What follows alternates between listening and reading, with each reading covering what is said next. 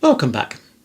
Hopefully you've got a fresh cup of tea and now you're ready to learn how dry powder inhalers are actually formulated.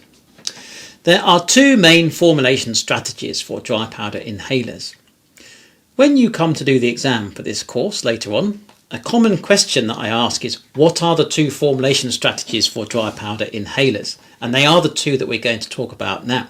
So it's really important to understand what these two formulation strategies are, but also think about how, as you change the physical form of your material, they impact these two formulation types. So the first one is agglomerated powder systems. So, as the name implies, agglomerated powder systems are a powder which has agglomerated together. Remember what I said earlier about milling a powder.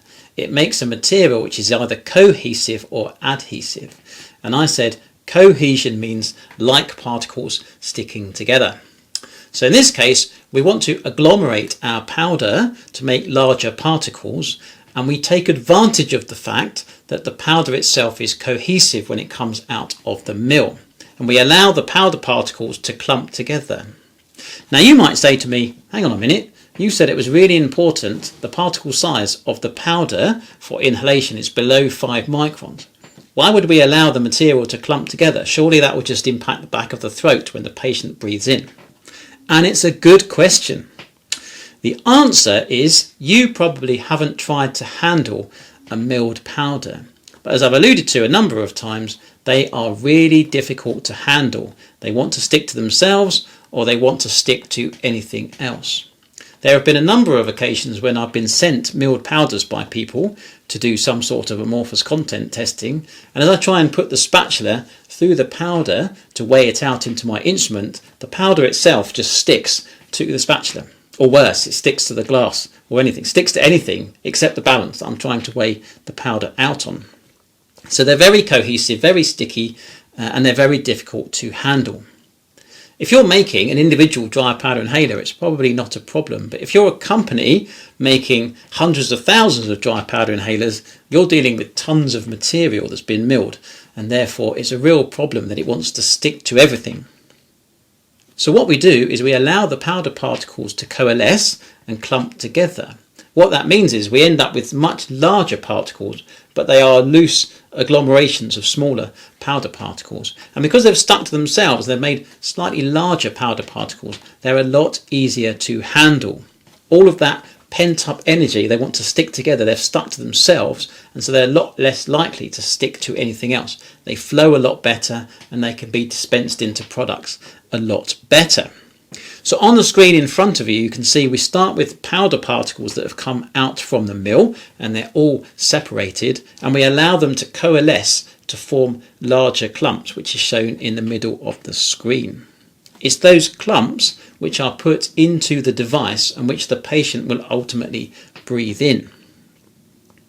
So what happens next? The patient, when they want to use the device, takes some of that powder and they have to breathe in. As they breathe in, they generate a turbulent airflow, and that airflow lifts up those clumps of powder particles, but it also helps break them apart. So remember that they're only stuck together by the force of cohesion. So long as there's more energy put into the system when the patient breathes in, it should break any bonds that are holding those particles together, and we go back to having free particles in air, which is our aerosol that the patient is breathing in.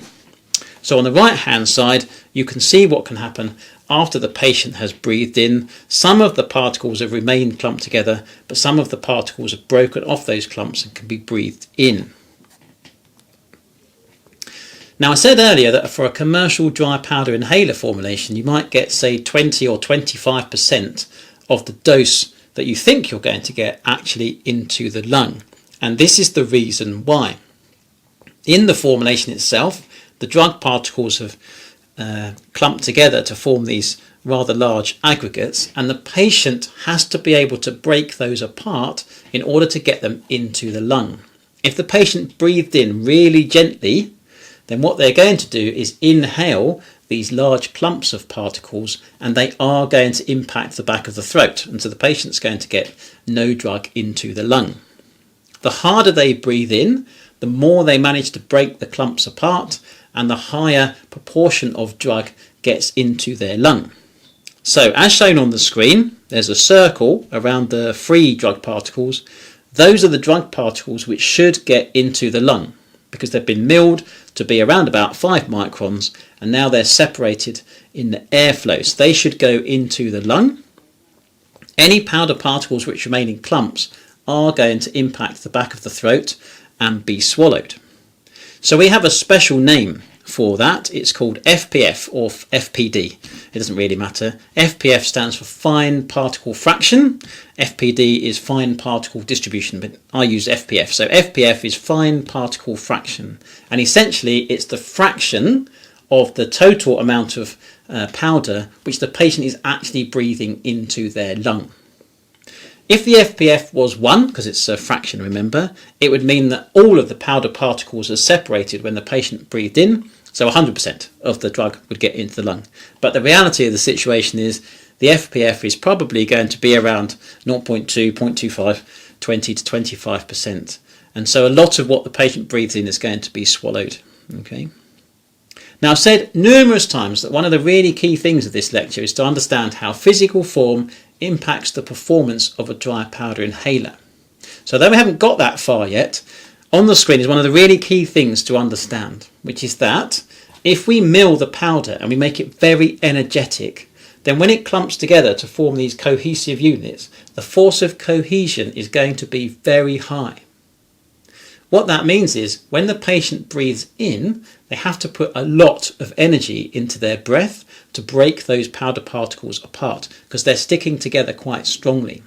Okay, so the higher the force of cohesion, the chances are the lower the fine particle fraction because the patient just won't be able to pull them apart. So what we want is a powder that comes out of the mill with relatively low force of cohesion because we want the patients to be able to break them apart upon inhalation. However, if we get the powder particle out of the mill and it was completely crystalline and it had a very low force of cohesion, then what will happen is the clumps themselves won't form in the first place. So there's a balance that we need in order to formulate powders this way. We need a certain amount of cohesion to make the clumps in the first place, but we don't want the cohesion so high that the fine particle fraction becomes really low. And it's maintaining that balance which is really key to formulating dry powder inhalers. Also, if you remember from the amorphous materials lecture, amorphous materials tend to change with time. They start off very highly energetic and they end up losing energy upon storage, and in the limit they may actually crystallize.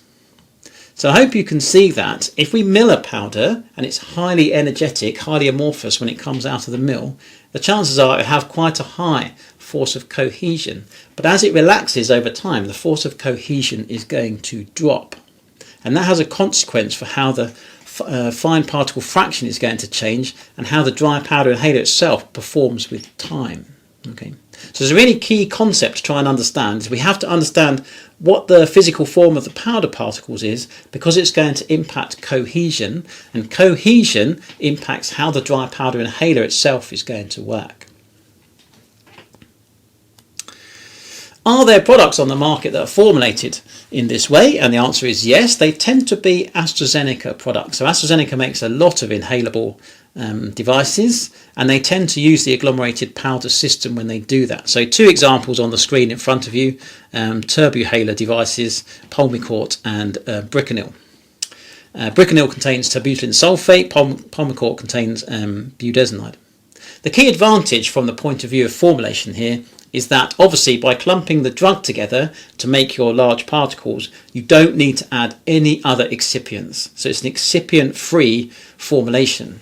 We always have to have drug in there, otherwise it's not a medicine, right? So there's got to be drug in there, we can't avoid that. But there's no additional ingredients added to these formulations. And I said right at the start, it's not clear what the effect of the lung is going to be to long-term exposure of compounds. So this way of delivering means we get the minimum number of compounds in the lung possible, just the drug. So there's a number of really key advantages to agglomerated powder systems.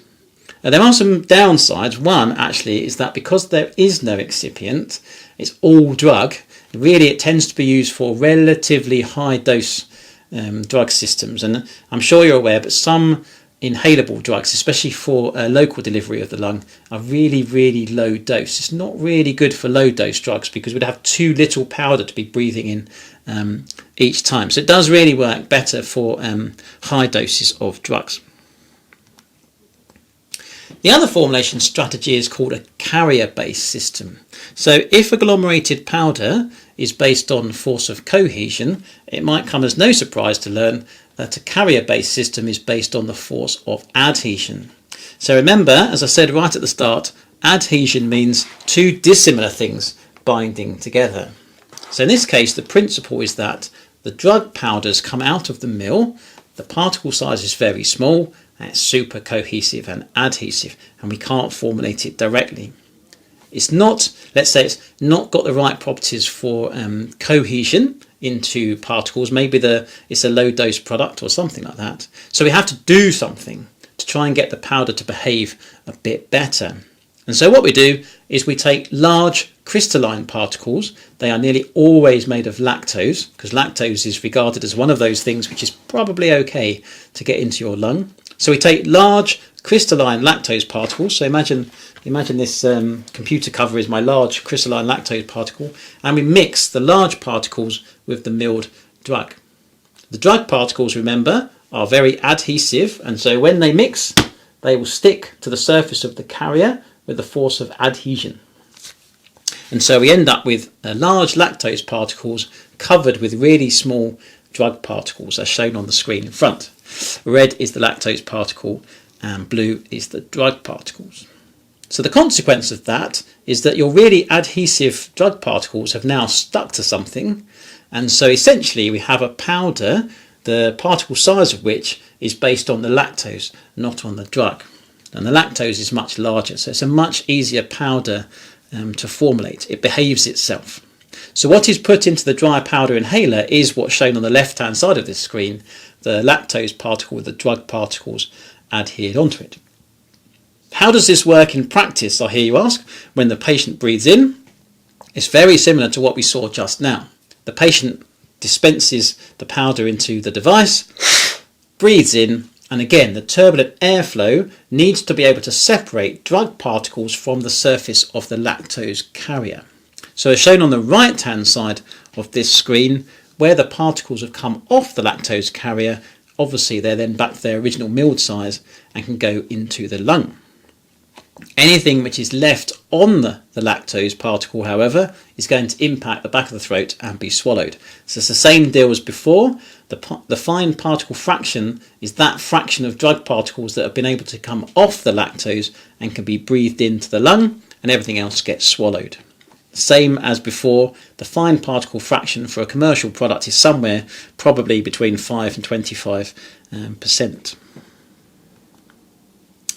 So this is a more common formulation strategy for most dry powder inhalers, and other than AstraZeneca products really, when you go to the pharmacy and you dispense one of these things, the chances are it's going to be a carrier-based system. So some really common ones, Cyclohaler and Discus, for instance, use this system. So an example is shown on the screen in front of you.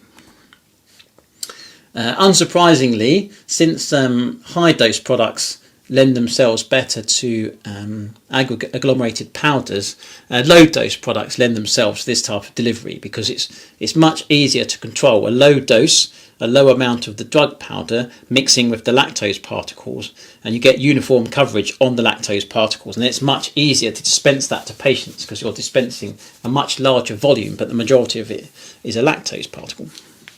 On the screen in front of you is an SEM image that was taken by one of our postdocs many years ago, and it shows you what it looks like after mixing. So the really large wedge is a lactose particle, and then I hope you can see on the surface of that you can see lots of small flakes, and those small flakes are the milled drug particle. So it should just give you some sort of indication as to quite how large the carrier is relative to the drug particle.